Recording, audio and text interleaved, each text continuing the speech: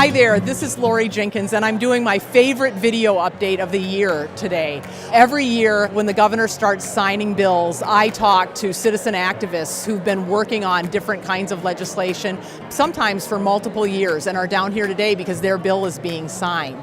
This is one of the most important things that citizens can do, is find their voice, come to Olympia. It's not all legislators and lobbyists that make a difference, it's actually you that make the difference. So come and join me and talk to some people about the great bills that they are working on and have worked on this year.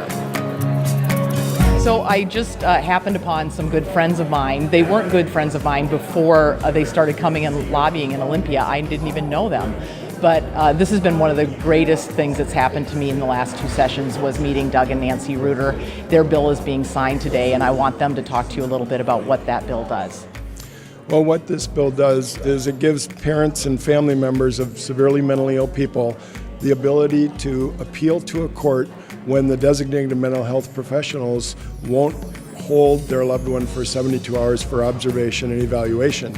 And that's really all this bill does, but it's been taken 2 years to pass. And what it really does for us is it helps us make sure that Joel did not die in vain.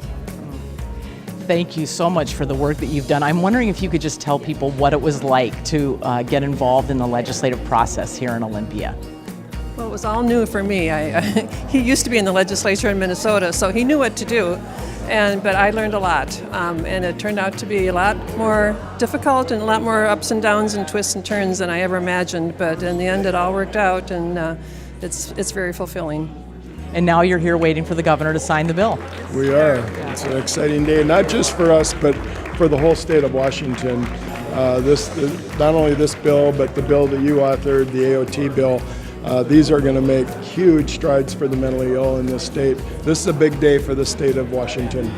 And this is really great about citizen activists having a really huge impact, not only for themselves and their families, but for other families in the state of Washington. Any final words for people who are watching? We want people to know that you can make a difference. Let your voice be heard. Speak up. Thanks, Nancy and Doug. Thank you very much. Thank you. It's incredible the diversity of bills that we pass every year and that the governor signs. So I have a great chiropractor from Seattle who's here talking about a bill that she's come down to see signed today. Can you tell us a little bit about your bill? Our bill, 1471, is kind of complex and it has several bullet points. It will require insurance companies to be transparent with our pre-authorization process for treatment and benefits of the people that buy their premiums through their insurance companies. So people will know better what kind of coverage they have and can hopefully move their claim forward more quickly? That's correct. They'll see that they have coverage for a certain amount of things, but they still need a pre-authorization, so it's very confusing, and we're trying to make it more transparent so regular people can understand. Wonderful. Well, thank you for your work on this bill, and it's good to see you down here today. Thank you very much. So I just happened upon some high school students who actually worked on one of the best bills this session as far as I'm concerned. So I want them to talk a little bit about their involvement in the legislature and how that went. Can you tell us a little bit about yourselves and the bill that you're down here to see signed today? We're both seniors at Evergreen High School in Vancouver, and we're here to see Bill 5564 get signed. And what this bill will do is it'll help juveniles who have been released from a correctional facility to have their records sealed if they are able to make a payment plan in order to have their restitution paid off. And it gives them a second chance, because the biggest thing that we need to see overall as a country and in the state of Washington is how can students make that second chance happening, and how can they leave and go on and start their new life if they have to pay $80,000 restitution? They can't get a job, they can't get an apartment. So this really allows them to get that second chance that we all want to see. And because I think we also heard that over 95% of student offenders or young offenders never offend again. So part of what we want to do is get them the right step forward in life, right? Yeah, exactly, especially in education. I mean, that's the biggest one of all. We want to see people graduate college. And from a fiscal standpoint, we're hoping that this bill will also help generate revenue for the state, because right now only 15% of the restitution that is owed is actually getting paid back. So we think that allowing former offenders to have a job and have educational opportunities will help them to have the money and the incentive to be able to pay back the restitution. So can I ask you, we have a lot of citizens who think, I'm not going to go down there, it's just a bunch of legislators and lobbyists. You're young people who got involved in the legislative process. Can you talk a little bit about what that experience has been like for you?